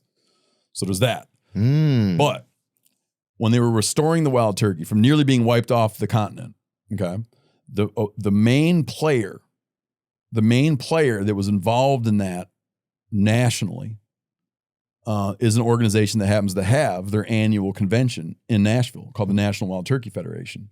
Okay. The National Wild Turkey Federation was kind of a through line of the efforts to restore turkeys to North America, to recover the wild turkey, to put the wild turkey back on the ground in all the places where it had been wiped out. The National Wild Turkey Federation is a hunting organization. Okay. So if you went and looked and you said, here's these guys that put enormous amounts of expertise, scientific expertise, enormous amounts of funding, enormous amounts of physical effort into restoring the wild turkey to where they exceed historic levels. Is it fair to go like, you just did that so you could hunt turkeys? You'd be like, guilty as charged, right? Guilty as charged. Right. There are other, because like turkeys are so widely available now. But is that a bad thing? It's not a bad thing. That's what I'm saying. It's not, but it's not always even that way because, for instance, if you look at, there's an organization called the Wild Sheep Foundation. It's an American-based conservation organization that works to restore, recover, protect wild sheep species. Okay. Desert bighorns, Rocky Mountain bighorns, Dall sheep, stone sheep. Okay. They work on behalf of wild sheep. I have been hunting my whole life. I apply every year to get a bighorn sheep tag in a half dozen states every year. I have never drawn a bighorn sheep tag. I have never hunted bighorn sheep. It is likely that I will die. Okay? Right. There's a likelihood I will die and have never had the opportunity to hunt a bighorn sheep. Mm-hmm. Yet, on occasion, I do things to support the Wild Sheep Foundation. So, what am I guilty of? Like, I aspire to hunt a bighorn sheep. Yeah. I recognize them as like an integral part of the Western landscape. I want to see more of them around. I'm a hunter. I would hunt one if I could. I probably can't, but I want to see them back in their place. There are many, many conservation organizations. The most impactful like wildlife conservation organizations that do real work on the ground. I'm not talking about lobbying bullshit. Okay. Mm-hmm. I'm not talking about like, I'm talking about like the kind of work where you're like putting effort on the ground, you're putting animals on the ground, you're improving habitat on the ground, right? You're helping migratory animals, Right. whatever. That shit comes from hunters.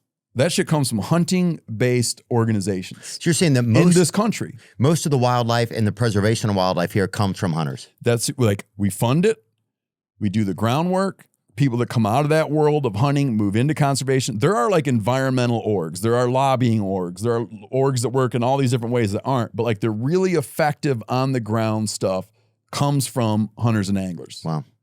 It's just like, this isn't like, it makes this sense. is like, this is settled science. I mean, this isn't me giving you some spin. I'm not giving you like a novel way to look at something. It's just like it's just the reality. Well, yeah. I mean, Like you don't, your Fish and Game Agency, what state do you rep?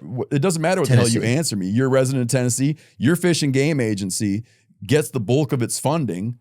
So your Fish and Game Agency handles like disease work, access work, enforcement of game laws. They get their money from hunting and fishing licenses, the bulk of it. Or they get money from excise taxes on sporting goods equipment, guns, ammo, whatever. Mm. It's just like we pay for it. There's guys there's people that want to deny that reality, but like I said, it's settled science. You can't debate the nuts and bolts of it. Mm-hmm. So this plays out in other ways that draw a lot of attention, like something like let's talk about Tanzania for a minute. Totally different system than what we have in America, but in Tanzania, the most effective way that they're able to protect large tracts of wilderness habitat is drawing revenue from them by allowing hunting to occur on those places. got it. It's like productive for them. It's either that or it's slash and burn agriculture. So it's like you're able to go into an area and by having people like Westerners, Europeans, Americans, whatever, come there to have an experience of going there and hunting and paying a big amount of money to hunt there, warrants them being able to set aside large chunks of ground, the government, Mm-hmm. and monetize it and monitor it and then pay for anti-poaching efforts and other things that protect it. You might look at it and hate it. You might look at it and be like, I don't think that humans have a right to harm animals. Mm-hmm. And like, I'm not going to argue that perspective. So you might look at it and be like, it sucks that has to be true. And I'll be like, okay, it's fine. Maybe in your opinion, it sucks that has to be true.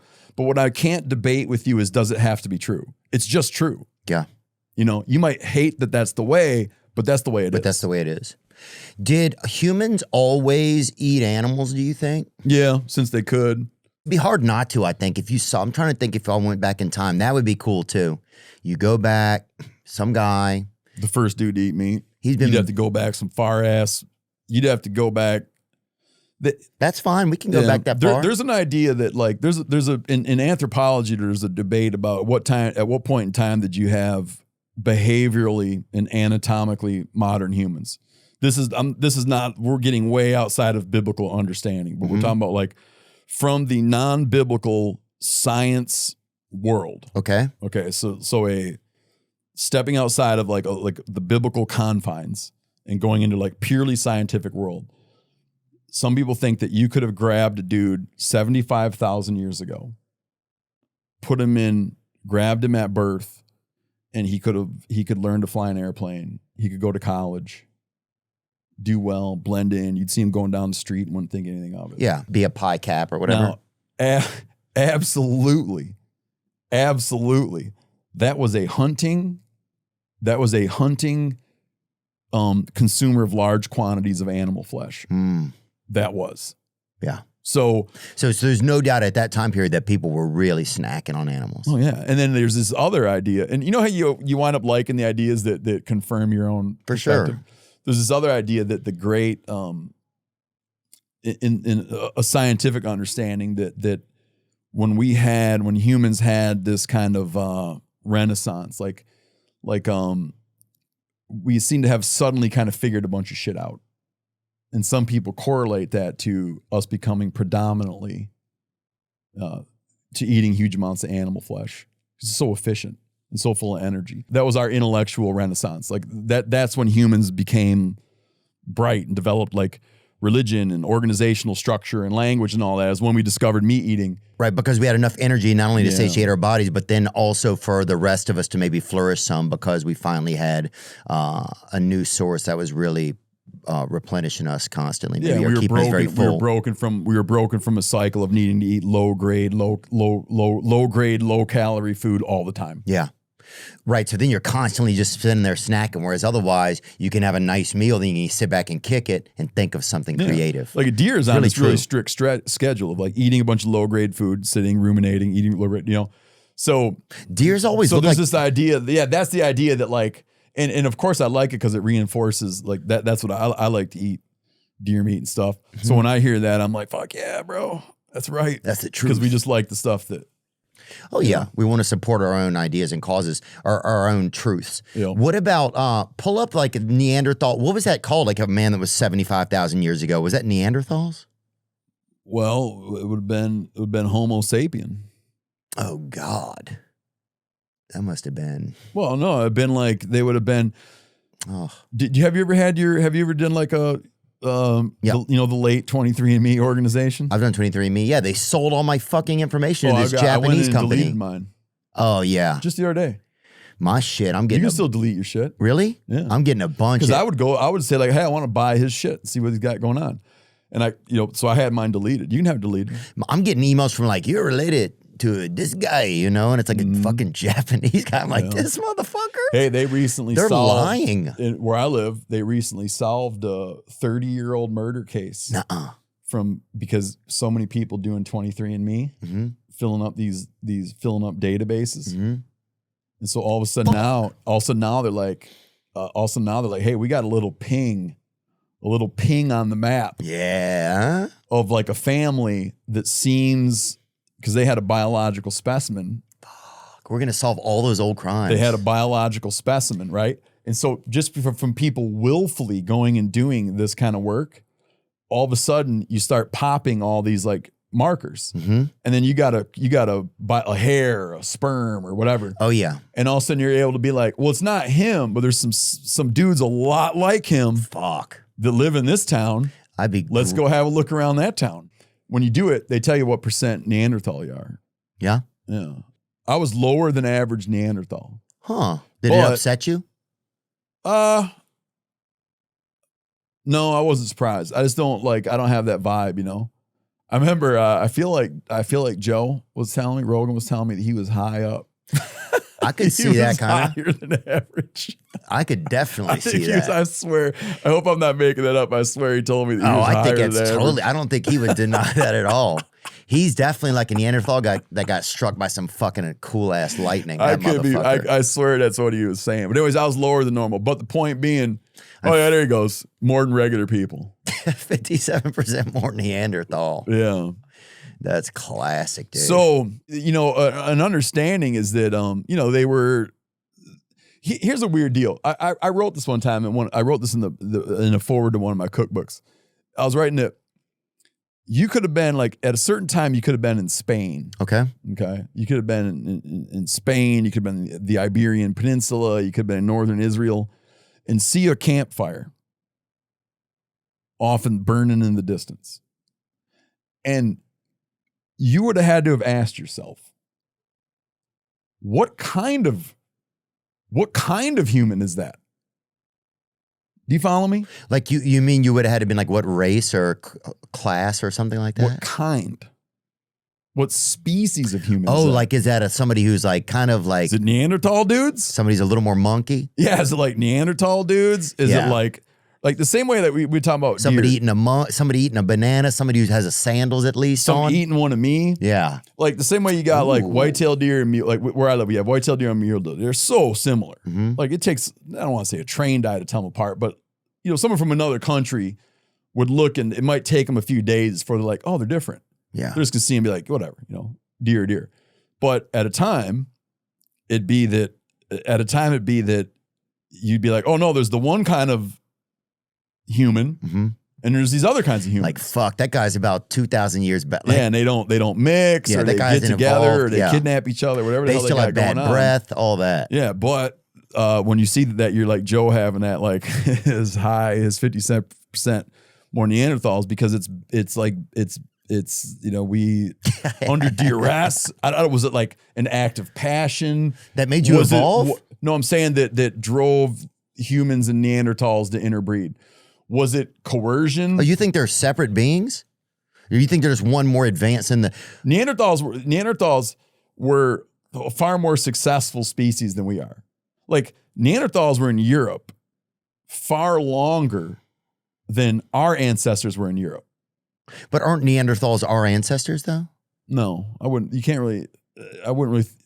Yes, in that it seems like direct human ancestors, like Homo sapien. Yeah. Okay. It seems like at times they were able to have viable offspring. That at times Neanderthal people that were in Europe far longer. They were in Europe long, hundreds of thousands of years before modern humans made the scene. Got it.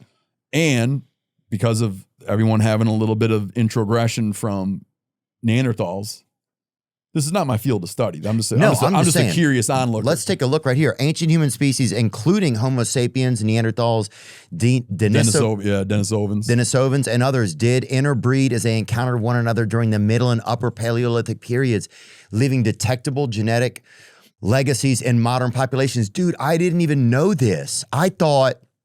Have you seen that chart where it's one man like that, and then he has deceptive chart. He has a briefcase, and then he has Nikes on or whatever. That's a deceptive chart, dude. That's fucking. I can't even believe that. This is one of the main things I talk about with my kids. Wow, trying to explain. Bro, they're like, what do you mean we came from monkeys? I'm like, no, that's not. Don't look at it that way. Yeah. So, what I want to start talking about my next hour comedy is about the middle monkeys. Like, why don't you ever see that middle monkey? Like, you know what I'm saying? Like, you'll see a monkey, and then you'll see a dude. Who's a mechanic, right? But you never see that middle motherfucker. You know what I'm saying? What happened to them all? The dude who's just scratching under one arm, wrench in the other. Fucking they don't allow him to work the register because he's just like, whoo, whoo. But he can change a tire in a fucking just with his lips. You know what I'm saying? You don't see that chimp man, that middle man. So I'm just amazed. They're locked away somewhere. Yeah. But dude, I never thought that you'd be sitting there and you'd be like, oh shit. Oh yeah, you'd be like, uh-oh. You and your buddy like, dog, let's go do a lap, right? We better go figure out what kind of dudes it is. But the fact that they interbred. Why didn't they tell us this? Well, I think that, you might have missed that part. Oh, I would have known that. Let me get to my point, though. The fact that they interbred unreal leads to this question of, was it a romantic bonding? Was it like a romantic, right? Was it something that was like under coercion? It was coercion. Do you know what I mean? Yeah. Like, was it like a sort of like conqueror's choice kind of shit? Yeah, it was like when those guys or was it that they would like meet in over like the Capulets and from like Romeo and Juliet's family. No, like, Stephen, it was they'd not meet like that. and come together despite family condemnations and produce offspring. No, it was like when those nurses that don't treat people well at those hospitals take advantage of them. That's what I think it was. I do wonder. That'd be another good time machine burner upper right there. You just go back and but here's the tough thing. If a person who was more mentally advanced, hypothetically a Homo sapien, if they tried to like, oh, here's just a Neanderthal, let's get a little bit of love, but because they're easy to trick, right? Yeah, but they're not easy to fucking just pin down and make love to. I bet you got to trick them. But even if you with trick shells and stuff, right? Even if you trick them with a little wind chime or something, get their attention. I bet you can't. You're going to have to, how quick can you make love and still enjoy it and get away from them? I wouldn't. That's not a risk I'm taking. No, it's time machine questions. I'm not. That's not a risk. I'm someone that hasn't brushed their hair in 70,000 years. I'm going to try to fuck them. I'm out. You know what I want to put out a call to? You don't mind me doing a call for a guest I've been trying to find on like your a show, turkey but call I or want to whatever? find them. So it's like I'm using your audience to find someone that I might not find on my own. Okay. What I've been trying to do for years is I've been trying to find a really, really good Neanderthal. Mm-hmm. You can say Neanderthal or tall. You sound a little bit smarter. I understand. When you say My Neanderthal. understanding is you sound a little better to say Neanderthal. It's a I valley agree. in Germany. It is? So, yeah. It's a valley in Germany? Yeah, and you sound a little more like I'm more likely to get a good guest by saying Neanderthal because they're like, this dude knows his shit. Yeah. I want to find a really good Neanderthal behavioralist. Hard R in that Neanderthal, a too. Neanderthal researcher Okay. to come on the show and talk about what they know. But it can't be just like a writer who spent a month researching. Mm-hmm. It's because our audience doesn't like those kinds. Right. It's got to be someone that lives and breathes it. It can't be like an interloper. Yeah. Like I need like a legit, a verbose, animated Neanderthal researcher. I don't want some halfway house. I want a fucking trap house that people have been shooting up in for 50 years with information about motherfuckers who would just like, who could digest a stone if they need to. Yeah, like that, like a really good Neanderthal person to come on the show and you just reach out to us because I want to interview you. Okay, there you go, guys. For Steve, they would like that. And here's what I would. Do you have a lot of Neanderthal researchers on that listen to the show? I mean, I bet we have some consumers who would rank high on a Neander scale or whatever. But I'll say this. I want somebody who has a high amount on their 23andMe, an extreme. No, I don't want, they don't need to have that. I know, but you want That's what I want. I want highest. I want somebody who's That'd be 80%. a good idea, dude. 80% Neanderthal. Yeah, find the highest guy. And when I get them, I'm just going to send them over to you too, Steve, because I think you would do well, and because you might be able to notice some patterns that they have or behaviors that they have. Yeah, I had low. Who's the highest? Who's the highest? Somebody has to have the highest Neanderthal amount. I know that there is I was reading a book. I read a lot of anthropology books. Mm-hmm. I can't remember if it was the 7 Daughters of Eve. I was reading a book about human history. Mm-hmm. And in it, they were pointing to some controversy around this question. Okay. It's not always, people don't always look upon this. This is not something that everybody likes to talk about. Really? Where you see, like, as much as I'd be proud of it or whatever, there are places in the world where these geneticists see more Intals. Yeah, more Neanderthal in certain areas. And it's a sensitive subject. It winds up being a sensitive subject. So you might wind up having not only a fascinating show, but you might have a show that courts a certain level of controversy. I like that. Yeah. But what I've found, because I am interested in this subject, I've found that there's a sort of trend in academics there's a trend in academics of being that we're like rebranding Neanderthals. So it winds up being like, oh, they had art. Oh, they like wore jewelry. Oh, they were free divers. Right. Do you know what I mean? Like every like. Why do you think we're doing that? Do you think that? I don't know why. It's like because there used to be this idea that they were these like thuggish brutes. Right. You know, but there's like if you kind of follow Neanderthal news, like I do, there's a theme. They have a fucking Twitter feed. Yeah, there's like a theme of this kind of like this delight, like this kind of delighted realization about how complex their culture was, how complex their society was.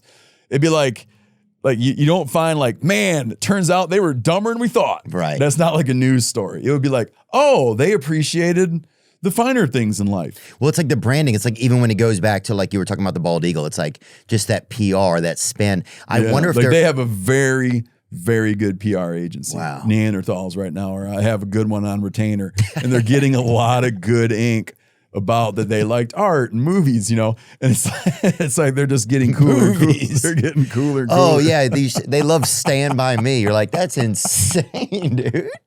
I'm telling you, dude. Start paying attention to Neanderthal news, and you'll see what I'm talking about. When I get my guest on, he'll tell you all about it. Oh, I'll I'll love send that. you the episode. I love that you're gonna have that, man.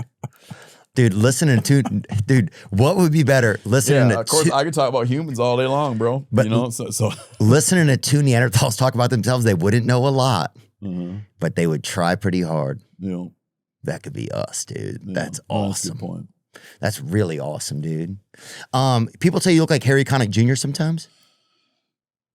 No, I've gotten. I used to get Kevin Bacon. That's who it is, I dude. used to get a dude from remember the show where they would like do all the crazy stunts to each other? Johnny Knoxville. Oh yeah, Johnny Knoxville. I could see that, I Tom. would get that. What else Oh. would I get? Those are good. Those are good ones. Yeah, I don't see that one too clear. Cause I never do clever shit with my hair. Yeah. Johnny's hair is always kind of stylish and stuff. Like Yeah. that. So I think that Kevin Bacon, like he doesn't get too clever with his hair. I saw that. He was kicking ass when I was a kid in the movie making business, man, you know? Oh, he's such a talented guy. I saw the guy who was in Fight Club the other night. Brad Pitt. Nope. I saw Edward Norton the other night Oh. with some friends. It was like at a little restaurant. Uh-huh. And I was like, is that Edward Norton? And it was him. I don't look like him. No, you don't. I'd love to look like him, Edward Norton. I'm trying to think. If you had to look like a woman, who do you think you'd look like? Yeah, that's a great question. I don't know. Well- Sure there's one out there. No, I'm sure. But look, we get to pick. That's why we're having this conversation, dude. I didn't want to talk about it, but let's talk about it. What I'm saying is, if you got to look like a woman, who would you look like? It's kind of a good question. Trying to think who I could see you as. I'm not even like equipped, man. I can't really think of what you're getting. I mean, like I'm not getting at anything. If I was a woman, what woman would I want to look like? Or if I had to be a dude that looked like a woman? No, dude. What are you talking about? I don't know. I'm trying not to talking figure about out- some fucking chop shop aftermarket woman. I'm talking about a certified bone-in woman, like your woman from the jump.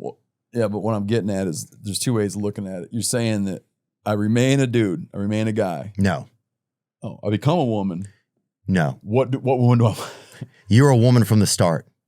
Say somebody. Oh, like going back, I was born a woman. Yes. And then I wanted to pick which of these women I wanted to look like. Right, like which woman would you be good at? Which woman would you be? I wonder. It's a great question, actually. I'm trying to think who you would be.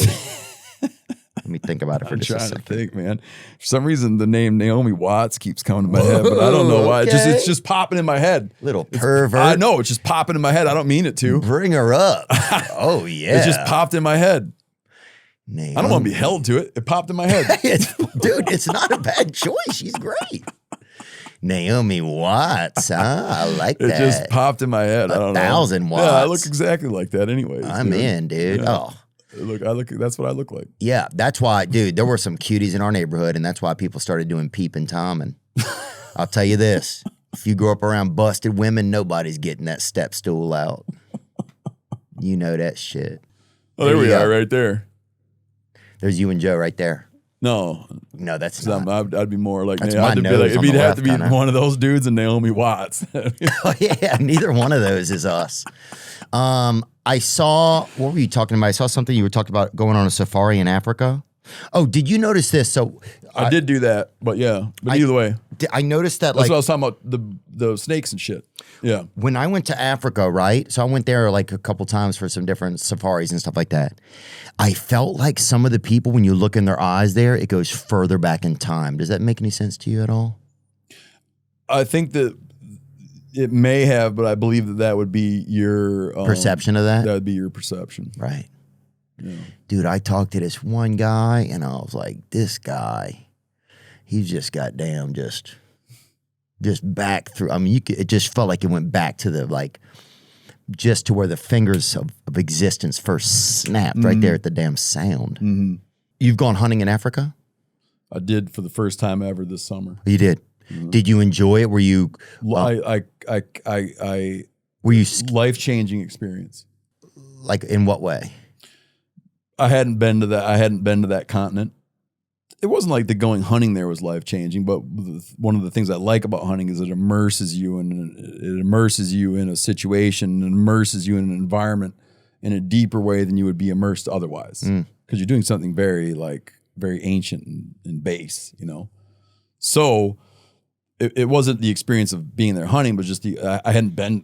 That was like I hadn't visited that continent, and so I got to go to a couple places, and it just scrambled up my head about, you know, when you see different ways of living, you know. So in that way, it was profound. To me, it was profound. Did you guys visit some like innate cultures there and stuff like that? Yeah, like some really ancient cultures. I spent a little bit of time in this place called Maasai Land, and met Maasai dudes that are herders. You know, they'll live in structures they make themselves from native material and herd cattle, and been herding cattle since, you know, from our perspective, since the beginning of time on this place. Did it feel like traveling back in time a little bit? Yeah, it did for me, for Wow. sure. Just like those glimpses into cultures that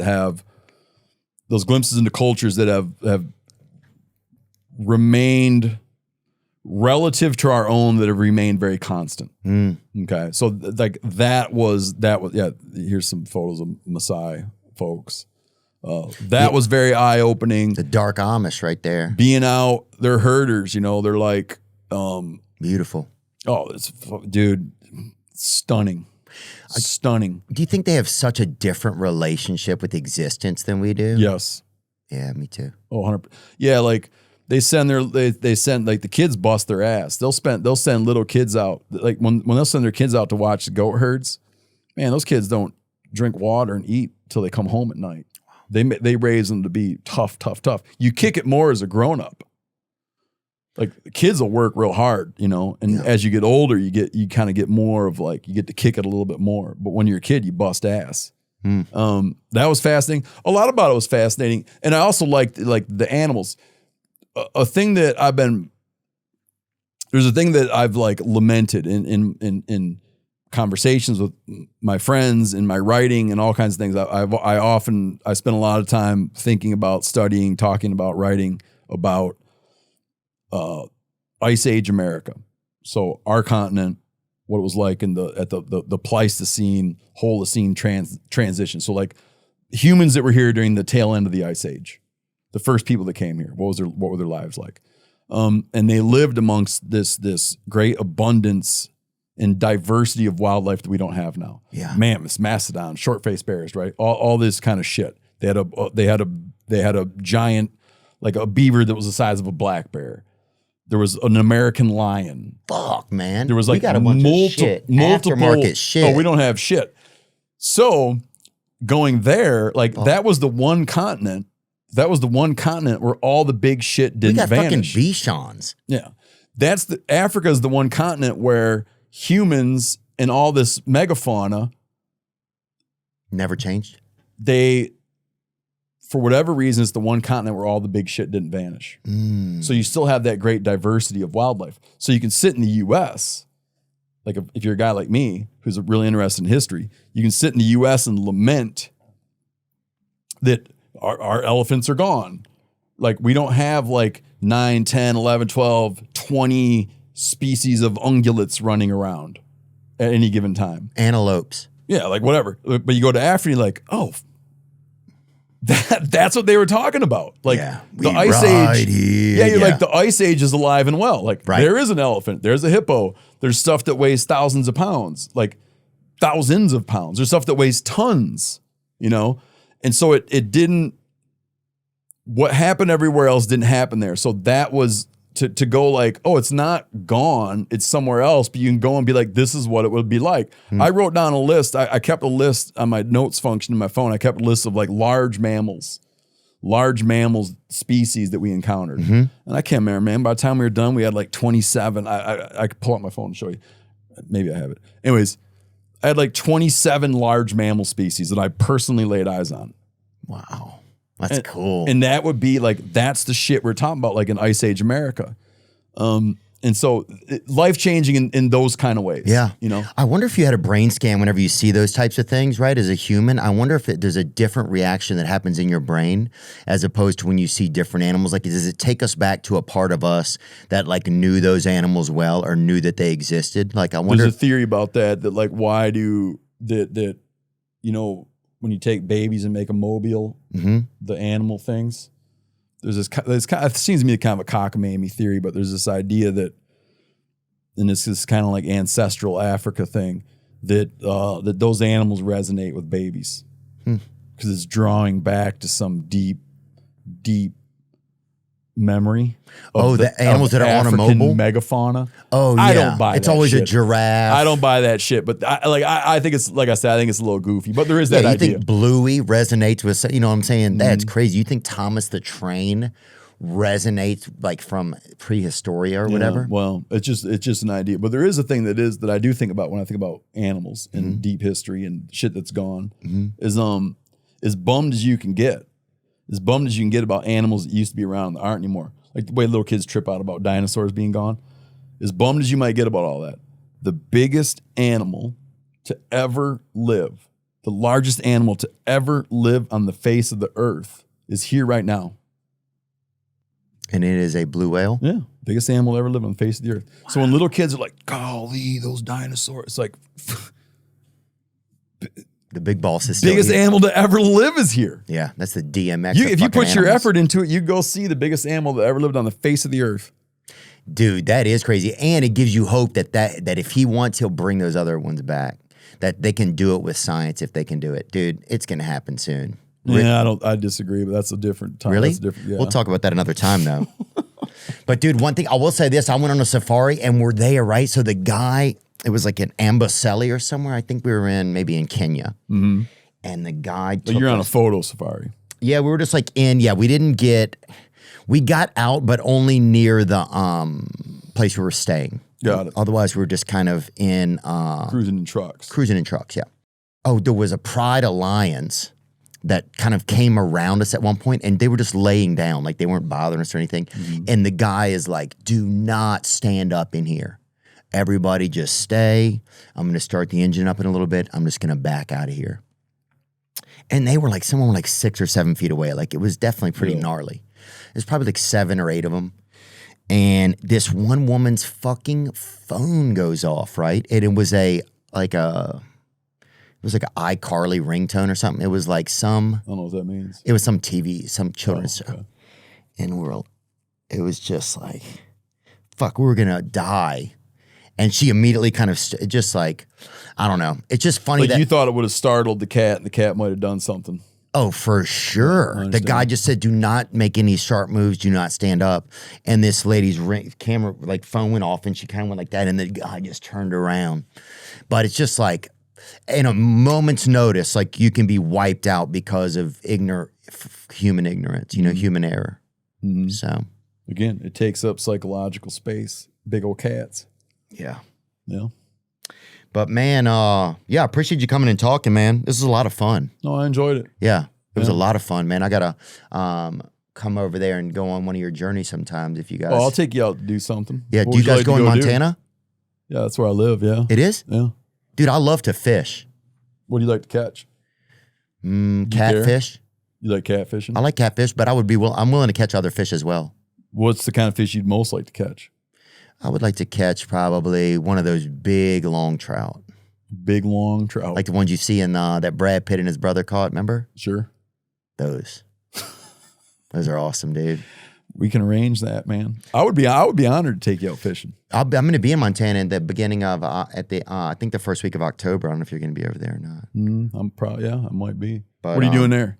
I'm supposed to go to some like seminar kind of thing or something. A seminar Yeah, I don't know what it's on for. Neanderthals. I wish. I hope so, dude. If it is, and I can bring somebody. Can you? Yeah, please ask around. I'm gonna be like, I'll be like, hey, look, if it is, I'll make sure to do some recon Please, for you. yeah, I'd appreciate it. No, that'll be fun. it'd be fun, dude, to go fish. You know, I think like. Have you ever done a float? Like you want to float down a river and catch trout? I've never done that before. Oh. Yeah, I would love to take whatever the one, not the fucking, I've done fly Metronome? fishing. Oh, Yeah, I've done fly fishing. Yeah. you've done fly fishing. Do you Yeah, like that? I did like it. It was cool, man. I only got to do it one time, but I think. Do you like the water? Have you ever you never spearfished? I've never spearfished, Okay. but I love to fish though. Well, I would be honored to take you fishing, man. That'd be fun. Cool. All right, we'll do it. Yeah.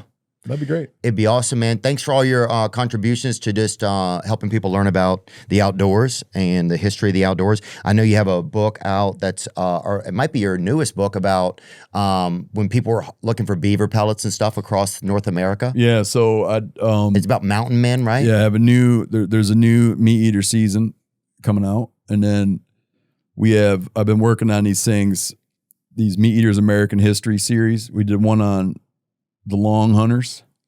So like Daniel Boone was he used to hunt this country. Daniel in the deerskin trade. So the late colonial deerskin trade. Did one on the mountain men and the beaver trade. And then our new one coming out now is called the hide hunters. And it's about the people that wiped out the last 15 million buffalo off the Great Plains at the end of the Civil War. Fuck. You know, so it's these things about it's about market hunting history. That's pre-sale. It's not. That's available for pre-sale right now. But we just finished the Hide Hunters. So the MeatEaters American History series. That's a lot of the shit we taught. Like what you and I have been talking about. Mm-hmm. It's a lot of. That's kind of a home for a lot of that information. Cool. Yeah, like a lot of like human history. Yeah. Wildlife, like how resources get exploited, overexploited, recovered. Those series, they're audio originals, right? I do print books too, but those are like they're audio stories. Mm-hmm. Like that me and a researcher, we like put them together. Mm-hmm. I narrate them. Mm-hmm. And they kind of tell that story of America through like American history, American movement, through these kind of like keystone wildlife species that supported a lot of industry and economic activity at different times. Because for a long time, that's what American economies were driven by, was leather. Yeah. Fur and leather. Wow. Yeah. Is it interesting to see that like hunting has like taken away species? Like, I mean, it's kind of. Takes them away and puts them back. I know, huh? Yeah. Dude, we like speaking collectively, hunters, as much as I hesitate to speak collectively, like the practice of hunting has done a lot of damage and has done a lot of recovery. We've righted, like we collectively, historically, hunters have done a lot in the last century, done an extraordinary amount in the last century to right the wrongs of our fathers. Yeah. Well, I think it does feel like in the end, like the general feeling of a lot of hunters, it's not just about going out and killing something. It's about having a relationship with nature. Yeah. Anyone who's serious about it, that's what drives it. Yeah. That desire, like if you just have a desire to go out and kill something, it doesn't last long. Yeah. You can fucking do that in Memphis. It doesn't last.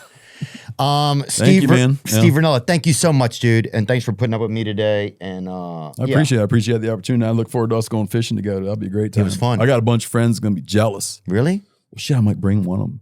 Bring Very one good of friend of mine, Seth. He's a huge fan of yours. Dude. Oh, He really? was shitting his pants when I told him I was coming on your show. Oh, that's cool, dude. Yeah, dude. Yeah. Maybe he'll fish with us. Oh, yeah. If he wants to come, He doesn't. He won't say anything weird. He probably won't say much at all. It already seems weird, but it's okay, man. It would be an honor, man. Thank you so much. Thanks. I appreciate it, Steve. Now I'm just floating on the breeze, and I feel I'm falling like these leaves. I must be cornerstone. Oh.